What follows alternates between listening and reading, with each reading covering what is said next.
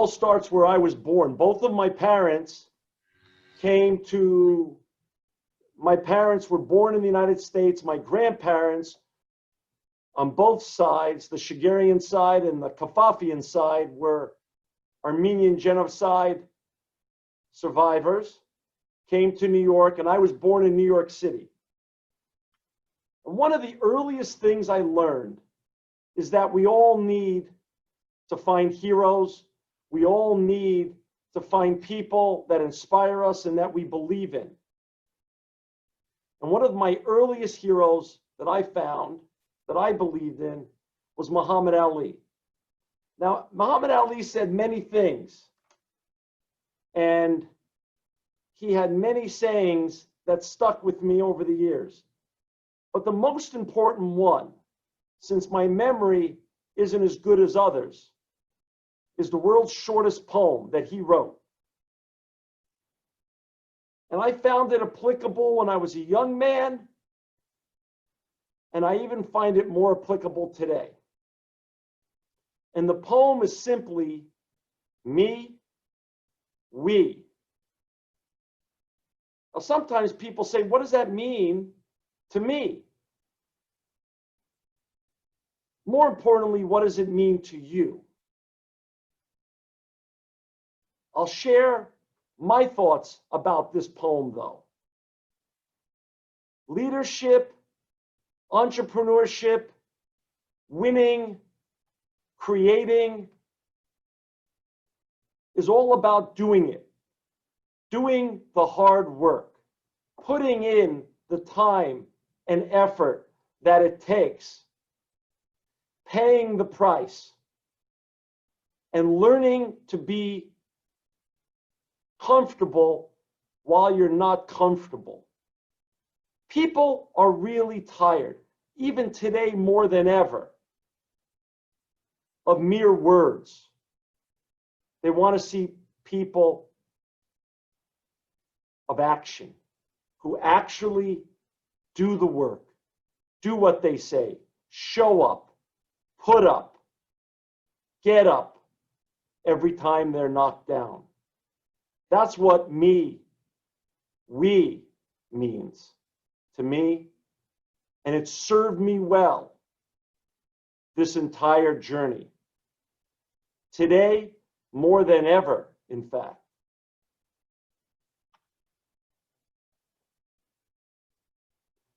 This is what I first dreamed of becoming when I was a young man. I didn't want to be the horse. I wanted to be the jockey, the guy on top of this horse here, American Pharaoh. But given that I was a young, sort of a little bit overweight, chubby Armenian kid in New York City, my father brought me down to size. And he said, son, you're only 10 years old and you already weigh 30 pounds more than a regular jockey weighs. So come up with a new dream. I loved horses. I knew I couldn't be a jockey. So at 10 years old, I came up with a new dream. I wanted to be a driver of harness races, the kind of horses you see here. And that's me. When I was 13, 14, 15, and I decided I was going to be the best driver of these horses. And by the time I was 17 years old, I became the youngest driver in the world to set a world's record.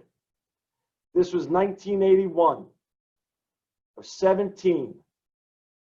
And it made me realize that when you put your head down and do the work,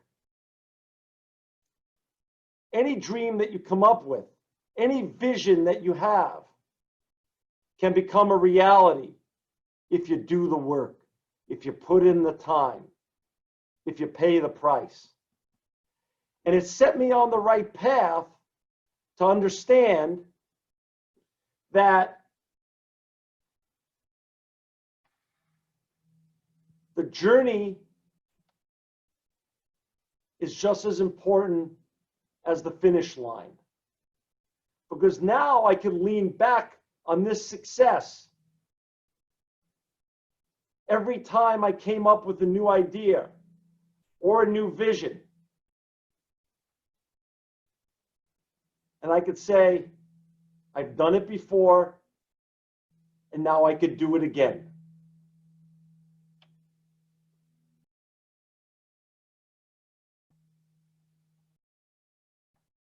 Most of the time when I share this slide, people are a little bit in shock because most people don't remember and didn't live through the Los Angeles riots of '92. It was a horrific time to not only be an American, but to be living in Los Angeles and watching all the conflict that existed among different groups who were trying to hurt each other or push each other around. My wife and I had young children, and we literally saw parts of our city burn in front of us. There's a memory that doesn't leave you ever, and I'm frankly shocked 28 years later that in different parts of this country we're reliving this again. It breaks my heart.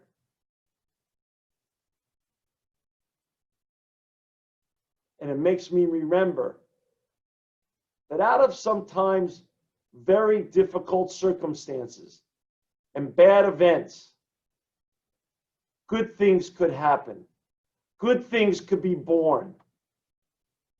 A rejuvenation could happen. And after the riots, I had an idea. My wife and I were in the real estate business back then. She was a broker. I was in the development business. And one of my tenants had left one of our properties. So I called up this gentleman I saw on television named Father Greg Boyle, and I asked him to come meet with me. And his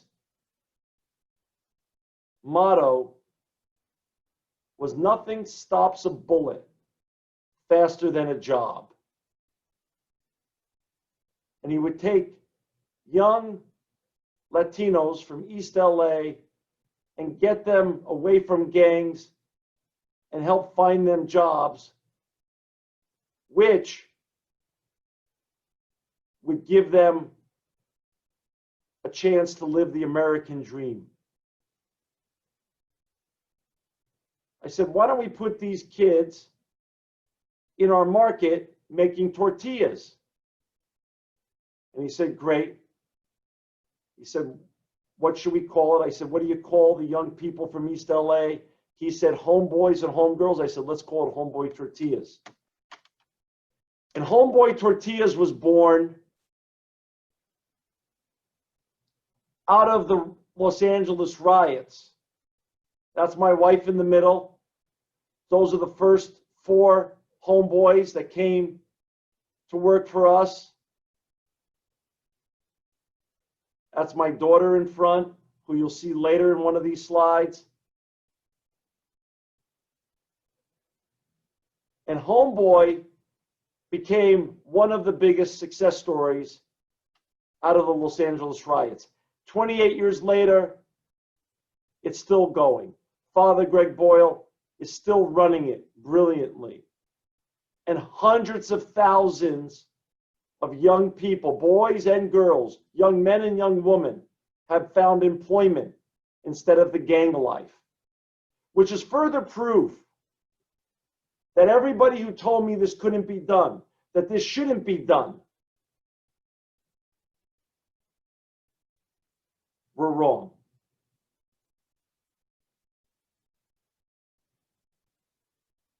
was further proof that when you put the work in, everything is possible. Everything is possible. That set my life on a different path. I realized not only did I want to start businesses that made a profit, and were sustainable, but I wanted to start businesses that also had a bottom line of the community at large. It had a social bottom line. My next venture in 1998, just 22 years ago, the year Google was founded, was a .com. And everybody told me, don't do a .com. It's not going to work. You know nothing about the internet. You're not a technology guy. There's a picture of myself and my two partners. I know it's hard to pick me out in that picture, hard to see who I am and my two Jermug partners are. That's Mike O'Brien on the right and his brother, Matt O'Brien, on the left. And we started financialaid.com. And our goal was to put the student lending business that had been all offline online for the first time ever. Everyone said it wasn't going to make it. Everyone said I knew nothing about technology. They were right, but they were wrong. We made it. We became one of the largest .coms of our era, funding billions upon billions of dollars of loans every year. And we sold the company for more money than I ever thought I'd ever make in 10 lifetimes in 2004. We became the largest online student lender in the United States in those 6 short years. And I realized that, yes, doing good and doing well go together. We not only funded all these student loans and democratized the student lending industry, but again, I proved to myself that when you have a vision and you have a dream and you put the work in, everything is possible.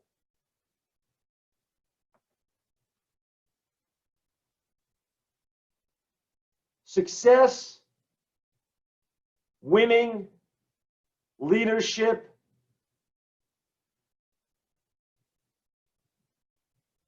all the above and everything that comes with it is never a straight journey. After what should have been one of the happiest and best moments of my life, which in many ways it was, I also realized I had other problems I hadn't dealt with for a long time. And I ended up in a rehab clinic in the United States. This is in 2004, before all the celebrities made having an addiction cool, had made having addiction okay, socially acceptable. This was when addictions were still shameful, socially unacceptable, something you don't talk about. I went there 35 days. And one of the things I learned there was that there weren't enough resources available to people to find ways to get help to get well. So when I got out, I created addicted.com, and it's still going, and it's still one of the largest addiction nonprofit resources that are online in the United States for people that want to find ways to find help,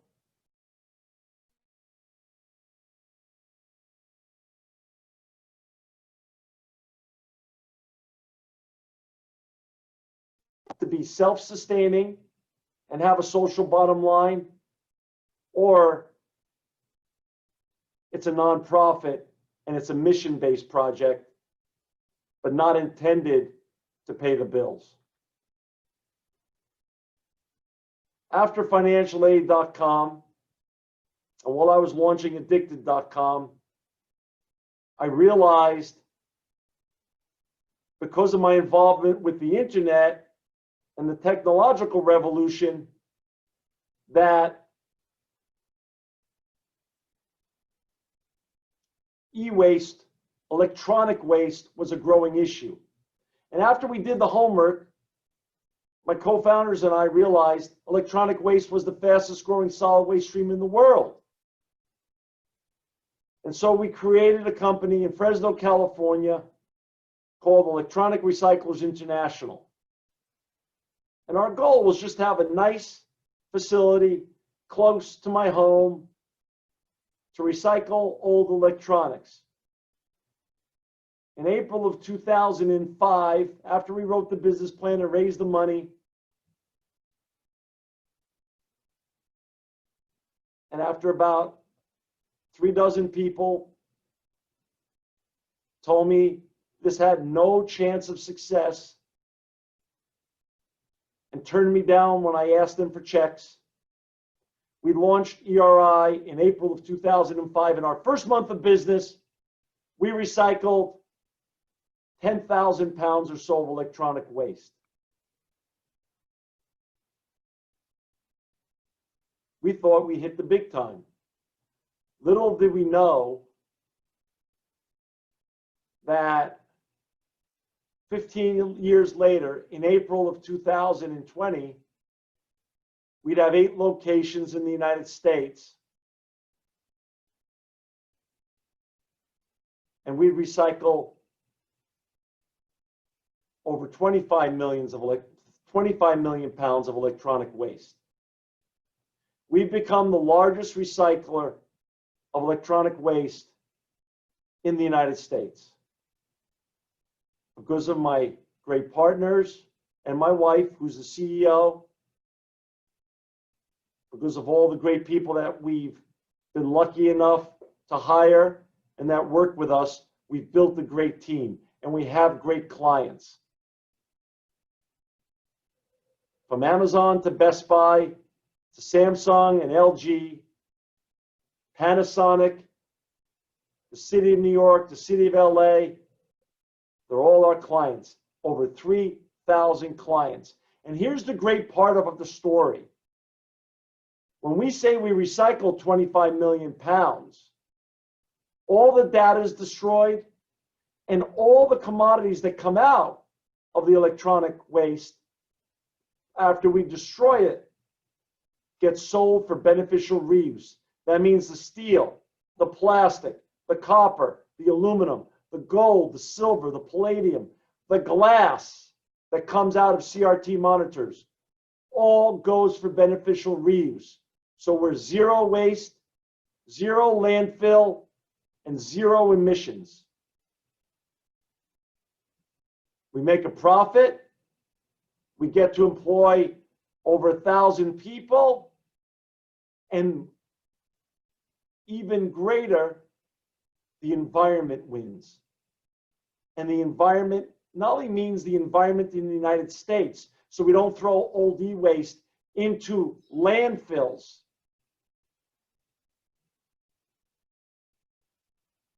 Which then pollute our water and our ground and eventually our air supply.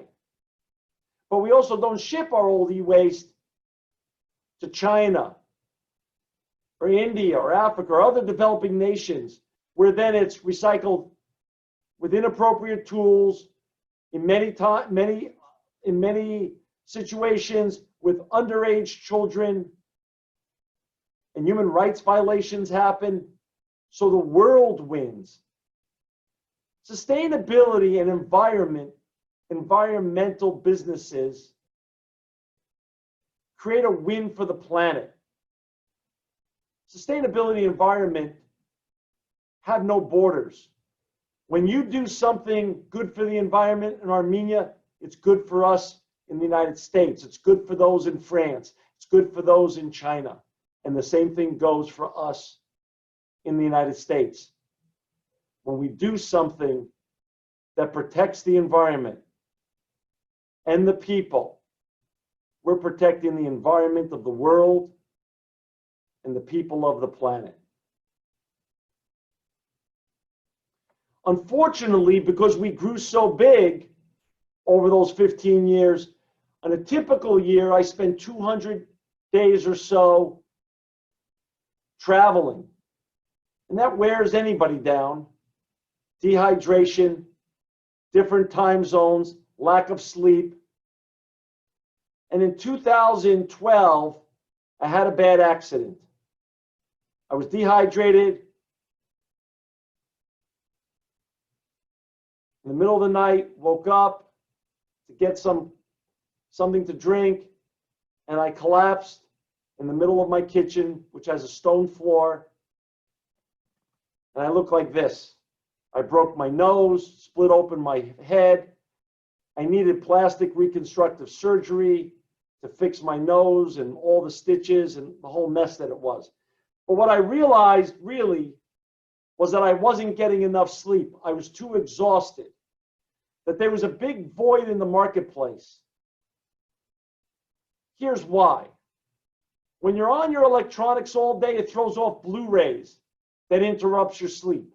When you travel to different time zones, it interrupts your sleep. When you watch your iPad and binge on Netflix or Amazon Prime, the blue rays interrupt your sleep. When we drink Starbucks coffee or Haygagan Surge or Red Bull, it interrupts our sleep. So I saw a void in the marketplace. I wanted to do something because it was very personal to me, the sleep challenge. And so myself and a couple of co-founders in 2014 started developing this drink that you see in front of you, Psalm Sleep. There's a sugar-free version and there's a regular version.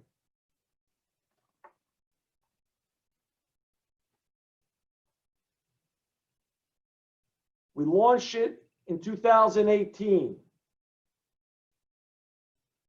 And everyone said, you know nothing about retail, sleep products, beverages. And they were right. But I knew there was an opportunity. I knew there was a void in the marketplace that we could fill.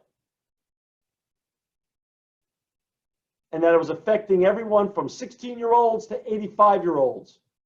Because we all love our electronics. We all love caffeine drinks. We all watch too much of our televisions or our tablets. And people move around more than ever before because of the ease of travel. Sleeplessness has become an epidemic in America and around the world. And so I said, we're going forward and we're doing this. And we launched it January 7, 2018, January 17th, and it's become, over the last 2 years, the most successful sleep drink in the United States. I'm proud of it. It not only makes a profit, but it solves a very, very big health problem.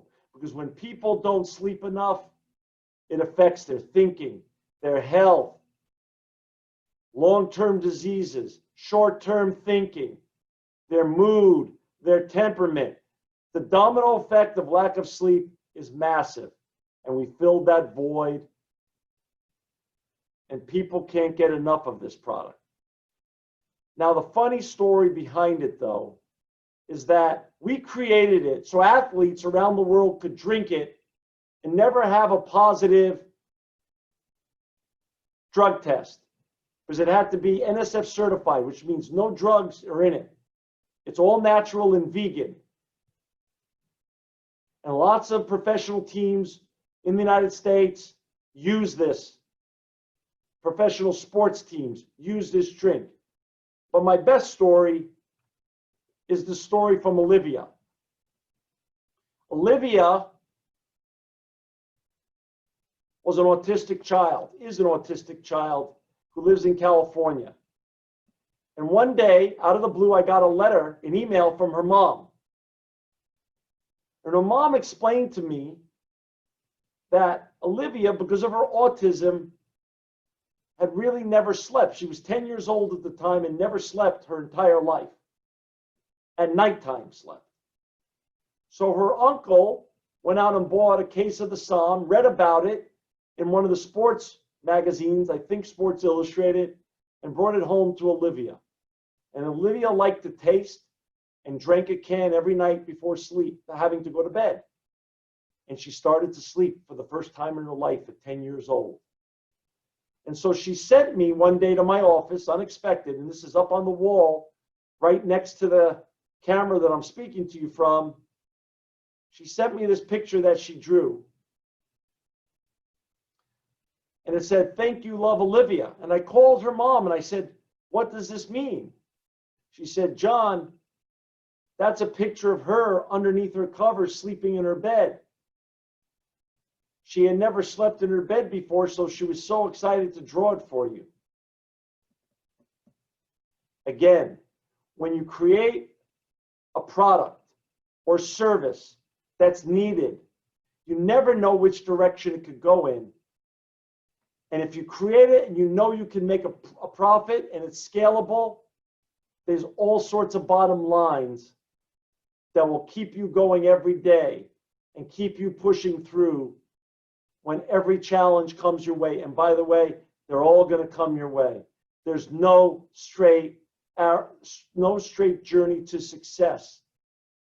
You're going to fall down, be hit down, trip.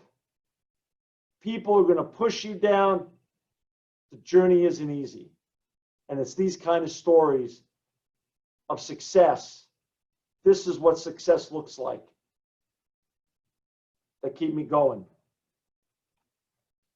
And then came Jake. Usually when I give this presentation, I run a video. We're not going to run a video today, but I'm going to tell you the story. I was trying to hire a young man who inspired me to be my keynote speaker at my annual board of directors dinner for ERI. And I went to go meet with this young man called Jake Olson. Jake played football for USC, University of Southern California, one of the most famous universities in the entire world.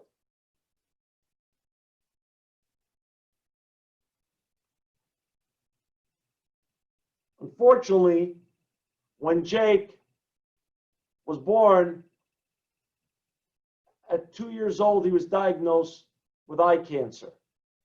He lost his first eye at 4, and he lost his second working eye at 12. So Jake is blind. And Jake became the first blind football player for any university in the United States ever. His story is one of overcoming, of setbacks, but success. Jake's not a survivor, he's a thriver. So when I met him and heard his story and fell in love with his personality and his drive and his focus, I said, "What do you want to do when you get out of college?" He said, "I want to start a business." I said, "What is it?" He said, "I want to start a service that can book people for speeches and live events online without having to do paperwork offline and lots of phone calls." I said, "Does it exist?" He goes, "No." I said, "Jake," I shook his hand, let's go partners. So I called my partner, Brendan, up, and Jake got his partner, Daniel, and the four of us became partners. And about 6 months later, we launched Engage.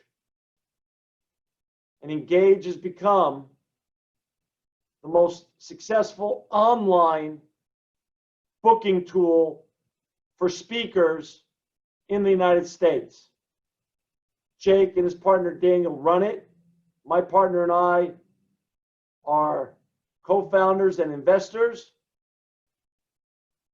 And Jake and Daniel and Brendan, my partner, and myself made a young man's dreams come true.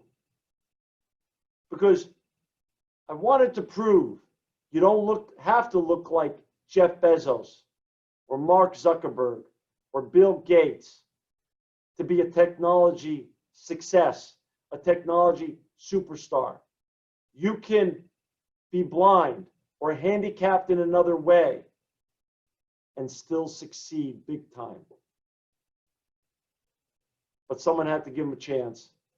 And my partner and I were all in with a guy that already proved that he was going to let nothing get in the way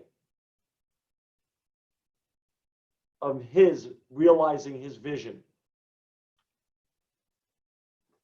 This is another friend of mine, Jesse Itzler. Jesse grew up close to me in Queens, New York. He's much younger than me. He's probably 52 now or 51. Jesse's had massive success in his life. Massive.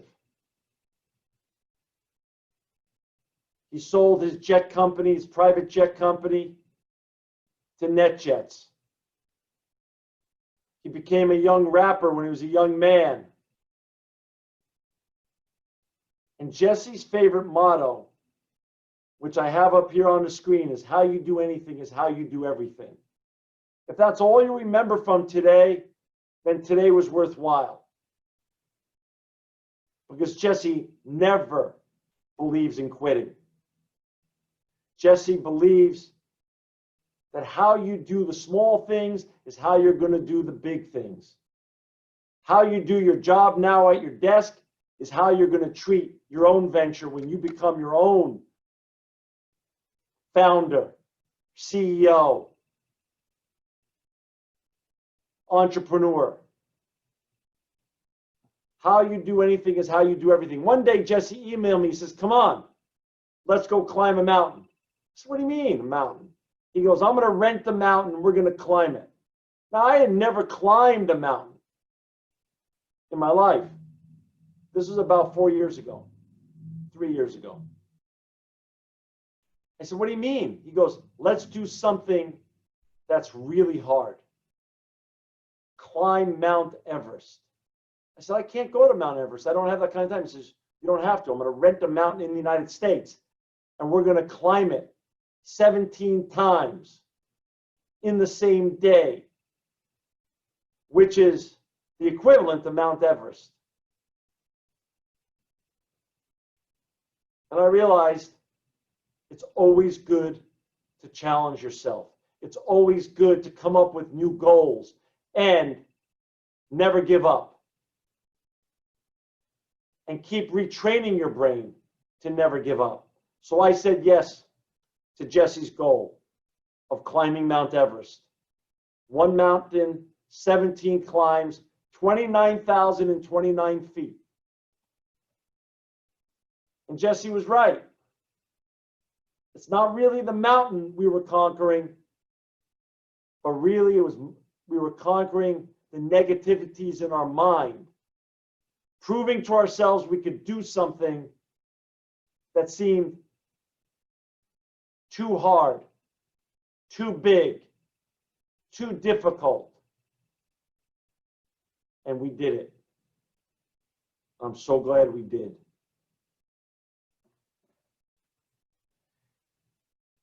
This is where I typically end. I'm not going to end here today, but I'm going to tell you, Martin Luther King was also one of my heroes growing up. And this is the words that are painted over the front door at ERI. Everybody can be great because everybody can serve.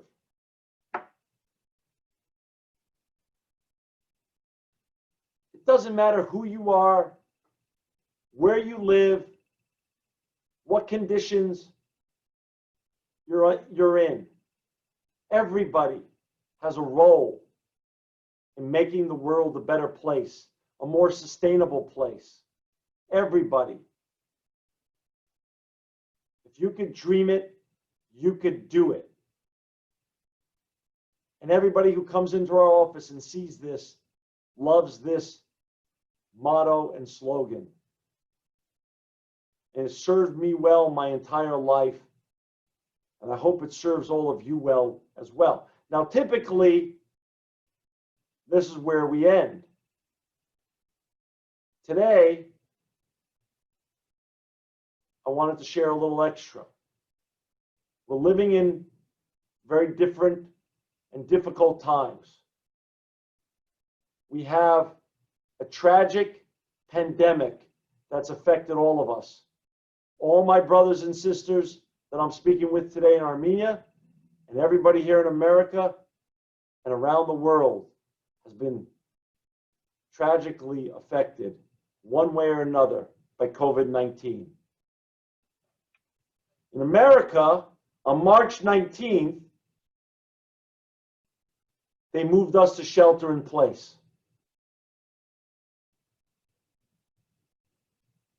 And so, when that happened,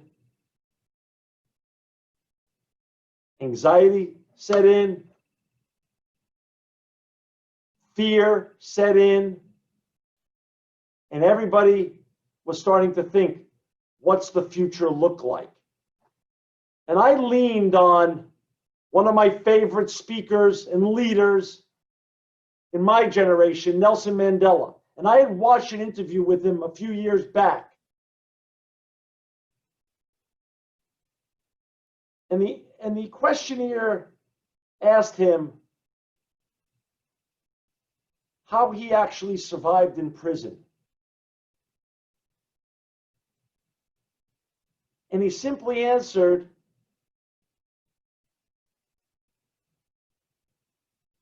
I didn't survive during that time. I was planning for the future.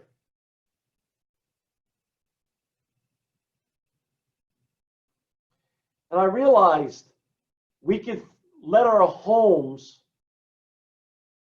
feel like a prison. We could let our homes lock in our mentality and feel confining, or we could plan for the future. And I decided it was time to prepare for the future, for when this pandemic is done, for when we got out of our homes, when our businesses restarted, when the world came back online. Now, the fear that set in was real, and everybody has fear. And fear can be a great driving mechanism and drive you forward, or it can literally destroy you. And here's two of my favorite versions of fear. Forget everything and run, and let fear just literally cripple you and destroy your dreams, just destroy your drive, destroy the progress you've already made. Or you could use it as a motivator. Face everything and rise. Face everything and rise. I can't tell you which way to go. I can't tell you how to handle fear. I'm just telling you my journey and how I use fear. Fear is natural. Before every big thing I do, there's fear.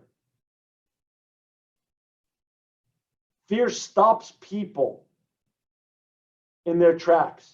Fear of success, fear of failure, fear that if they realize their dream, they might not get Prince Charming or Cinderella. Fear is real, but how you overcome it and how you deal with it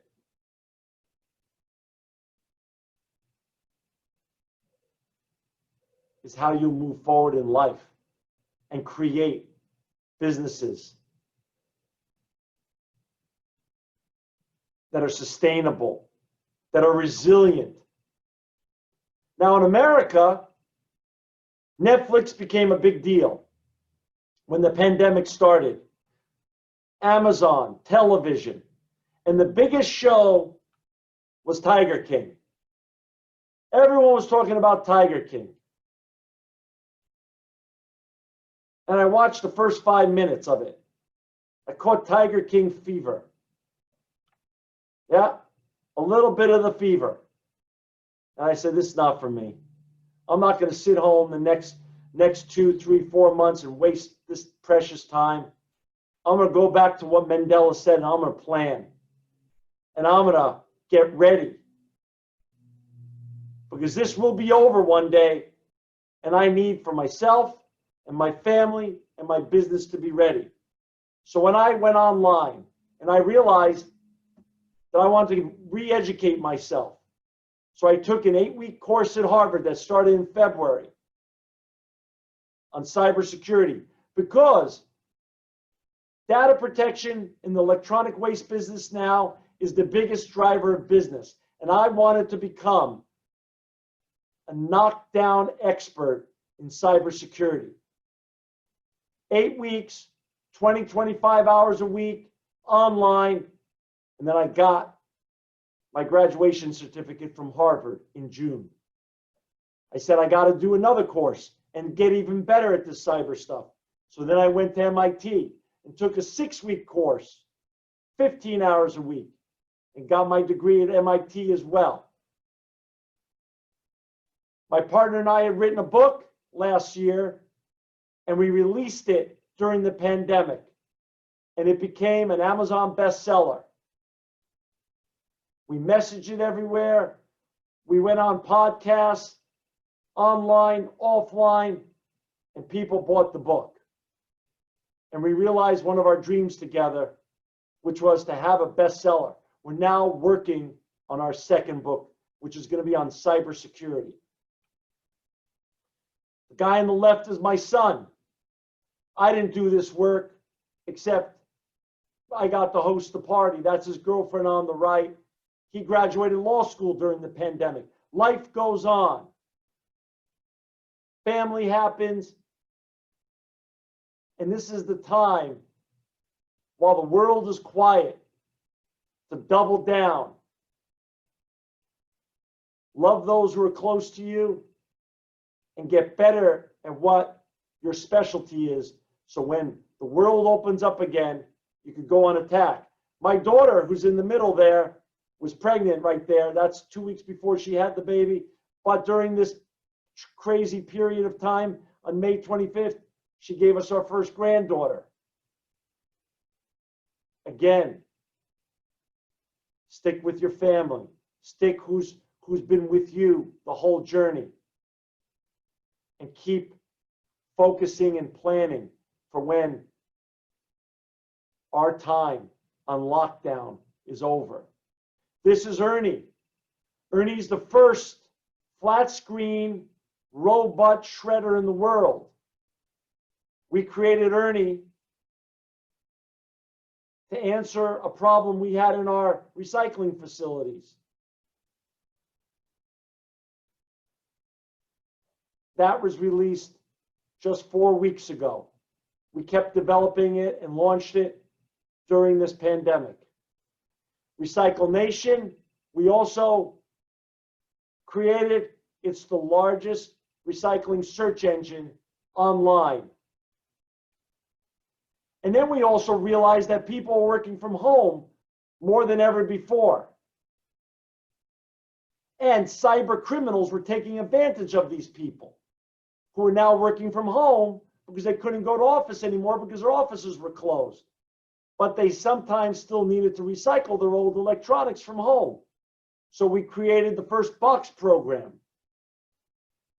So people can order their recycling box online with no contact, have the box dropped off at their house via some delivery service, UPS or some other delivery service.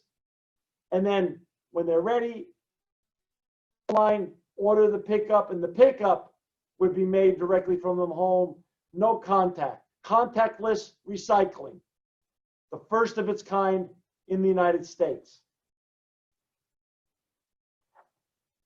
One of my favorite writers is Marcus Aurelius. And he talks about how to get out of bed every morning. And this passage, to me, is one of the most important passages in the book that I read on Marcus Aurelius. I'm going to read this passage, and then I'm going to tell you what the most important part is and how I try to think about things every day. He says, at dawn, when you have trouble getting out of bed, tell yourself, I have to go to work as a human being. What do I have to complain of if I'm not doing what I was born for, the things that I was brought into the world to do? Or is this what I was created for? To huddle under the blankets and stay warm. And then he has an altar voice in his head that says, but it's nicer in here. His other voice comes back and he says, so you were born to feel nice instead of doing things and experiencing them. Don't you see the plants, the birds, the ants, and the spiders and bees going about their individual tasks, putting the world in order as best they can? And you're not willing to do your job as a human being? Why aren't you running to do what your nature demands? Then his altar voice comes back. But we have to sleep sometime. And then he goes back to his authoritative voice. Agreed, but nature set a limit on that, as did on eating and drinking, and you're over the limit. You've had more than enough of that, but not working. You're still below your quota. You don't love yourself enough. Or you love your nature too and what it demands of you. People who love what they do now, and this is where it all comes to fruition. People who love what they do wear themselves down doing it. They even forget to wash or eat. Do you have less respect for your own nature than the engraver does for engraving, the dancer for the dance, the miser for money, or the social climber for status? When they're really possessed by what they do, they'd rather stop eating and sleeping than give up practicing their arts. Now, I know I walked you through this whole thing, but if all you remember is that if you're really possessed by what you do, by the business that you start, by the vision that you have, by the dreams that go between your two ears, you have to make a decision. Could you stop eating and sleeping rather than trying to achieve your dream? Obviously, this is one of Mandela's most popular quotes, is always seems impossible until it's done.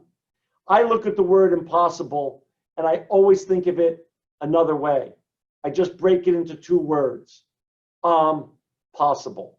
I am possible. I'm possible. That's how I get out of bed every morning. That's what someone with resilience, someone that doesn't give up, someone that wants to make the world a better place. That's how I examine myself and then look at the world. The Last Dance was a 10-part biography of Michael Jordan during this whole tragic pandemic period. And at the end of the 8th episode, he had a line that he said. The last words were, winning has a price and leadership has a price. And this is my last slide before I take questions and answers. But I'm going to ask you this question. Are you willing to pay the price? The price is heavy. I'm not going to kid you.